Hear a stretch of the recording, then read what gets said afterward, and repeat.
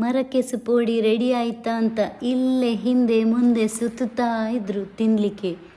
ನನ್ನ ತಂಗಿ ಮರಕೆಸು ಎಲೆ ಉಂಟು ಬೇಕಾ ಅಂತ ಕೇಳುವಾಗಲೇ ಏನೋ ಖುಷಿ.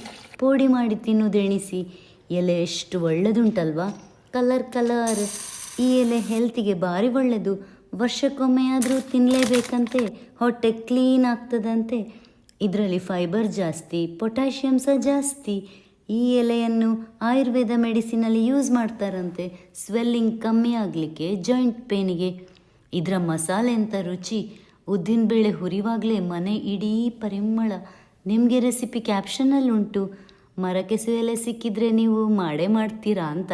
ಆದರೆ ಈ ಎಲೆ ಮಳೆಗಾಲದಲ್ಲಿ ಮಾತ್ರ ಸಿಗುದಾ ಅಂತ. ಒಮ್ಮೆ ಇದನ್ನು ಟೇಸ್ಟ್ ಮಾಡಿದವರು ಮತ್ತೆ ಮತ್ತೆ ಪ್ರತಿ ವರ್ಷ ಪೋಡಿ ಮಾಡೋದು ಗ್ಯಾರಂಟಿ. ಇದನ್ನು ಪೋಡಿಗಳ ರಾಜ ಅಂತಲೇ ಹೇಳ್ಬೋದು. ಯೂಶ್ವಲಿ ನಾನು ಪೋಡಿ ತಿನ್ನೋದು ಬರೇ ಕಮ್ಮಿ, ಆದರೆ ಈ ಪೋಡಿ ಮಾತ್ರ ತಿನ್ನದೇ ಇರಲಿಕ್ಕೆ ಸಾಧ್ಯವೇ ಇಲ್ಲ, ಅಷ್ಟು ಟೆಂಪ್ಟ್ ಆಗ್ತದೆ.